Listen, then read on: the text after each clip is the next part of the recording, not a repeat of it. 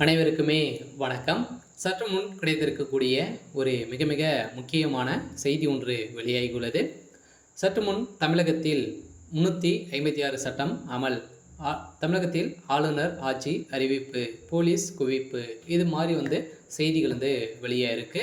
So இப்போ பார்த்தீங்கன்னா, அதிரடியாக தமிழகத்தில் அஜித்குமார் கொலை செய்யப்பட்ட சம்பவம் பெரும் அதிர்ச்சியை அளிச்சிருக்கு இல்லையா? ஸோ இதில் எக்கச்சக்கமான ஆதாரங்கள் சிக்கியதன் அடிப்படையில் இப்போ அதிரடியாக முதல்வர் ஸ்டாலின் அவர்கள் இதில் சிக்கியிருக்கார் இல்லையா? அவர் ஆடியோ பேசிய சம்பவத்தின் அடிப்படையில் ஸோ அடுத்த 1 மணி நேரத்திலே பார்த்தீங்கன்னா, அஜித்குமார் இருந்த சம்பவம் அடித்து கொலை செய்யப்பட்ட சம்பவம் தான் பெரும் அதிர்ச்சியை அளிச்சிருக்கு. ஸோ அவருடைய சிறுநீரிலே பார்த்தீங்கன்னா ரத்தம் வந்ததாக இப்போ போஸ்ட்மார்ட்டம் ரிப்போர்ட்டில் பார்த்தீங்கன்னா இப்போ வெளியே இருக்குது. இந்த ரிப்போர்ட்டின் அடிப்படையில் தான் இப்போ அதிரடியாக தமிழகத்தில் முதல்வர் ஸ்டாலின் அவர்கள் ஆட்சி சரியில்லை அப்படின்ற மாதிரி குற்றச்சாட்டுகள் எழுந்திருக்கு. ஸோ அவரே பார்த்தீங்கன்னா அனைத்துக்குமே காரணம் முதல்வர் ஸ்டாலின் அவர்கள் அப்படின்ற மாதிரி இப்போ பரவலாகவே பேசப்பட்டிருக்கலே அப்படின்னு சுப்பிரமணியன் அவர்கள் பார்த்தீங்கன்னா ஃபோன் பண்ணி கேட்டு அவர் பேசி இது மாதிரியெல்லாம் நிறைய வீடியோக்களும் பார்த்தீங்கன்னா வெளியாகி வருது.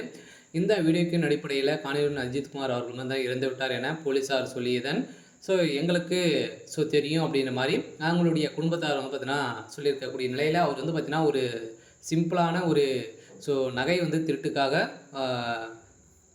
புகார் தெரிவிக்காக வந்திருந்த நிலையில் இந்த நிலையில் தான் பார்த்தீங்கன்னா அவர் அதிரடியாக போலீஸாரால் பார்த்தீங்கன்னா அராஜகம் அடிப்படையில் இப்போ அவர் உயிரிழந்திருக்காரு.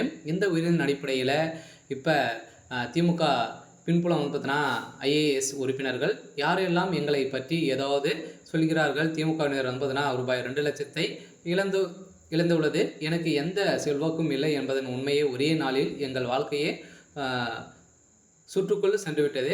கலக்கலப்பும் கண்ணீருடன் பேசியிருந்த நிலையில் நெகிழத்தா சிவகங்கை மாவட்ட திருப்புலமனம் அருகே உள்ள மடப்புரம் கோயிலுக்கு வந்த நெகிழ்த்தாவின் காரிலிருந்து நகை காணாமல் போன வழக்கில் கோவில் காணவாளி அஜித்குமாரை 29 வயது இவருக்கு ஆகுது. விசாரணை என்ற பெயரில் போலீஸார் அழைத்து சென்று இருந்த நிலையில் வெறி கொண்டு போலீஸார் தாக்கிய நிலையில் அஜித்குமார் பார்த்தீங்கன்னா மரணமடைந்த சம்பவத்தின் அடிப்படையில் திமுக ஆட்சியில் லாக்அப் மரணங்கள் இப்போ பார்த்தீங்கன்னா அதிகரிக்கப்பட்டுள்ளது. சேனா எதிர்கட்சிகள் ஒரு பக்கம் கொந்தளித்து வரும் நிலையில் வழக்கு பதிவு செய்யப்படாமலே அஜித்குமாரை சிறப்பு படை போலீஸார் விசாரித்துவது எப்படி என கொலைவெறி காமிச்சு தாக்குதல் நடத்தியதன் பின்னணி என்ன அப்படின்ற மாதிரி இப்போ இருந்ததுக்கு இதற்காக பார்த்தீங்கன்னா இதையெல்லாம் போலீஸார் செய்வார்கள் என்றெல்லாம் கடுமையான கேள்விகள் எழுப்பி இருக்கும் நிலையில் இப்போ சென்னை உயர்நீதிமன்றம் சதுரடியாக பார்த்தீங்கன்னா இந்த திருட்டு புகாரின் அடிப்படையில் சதுரடியாக நிகிலதா ஐஏஎஸ் அதிகாரி அவருடைய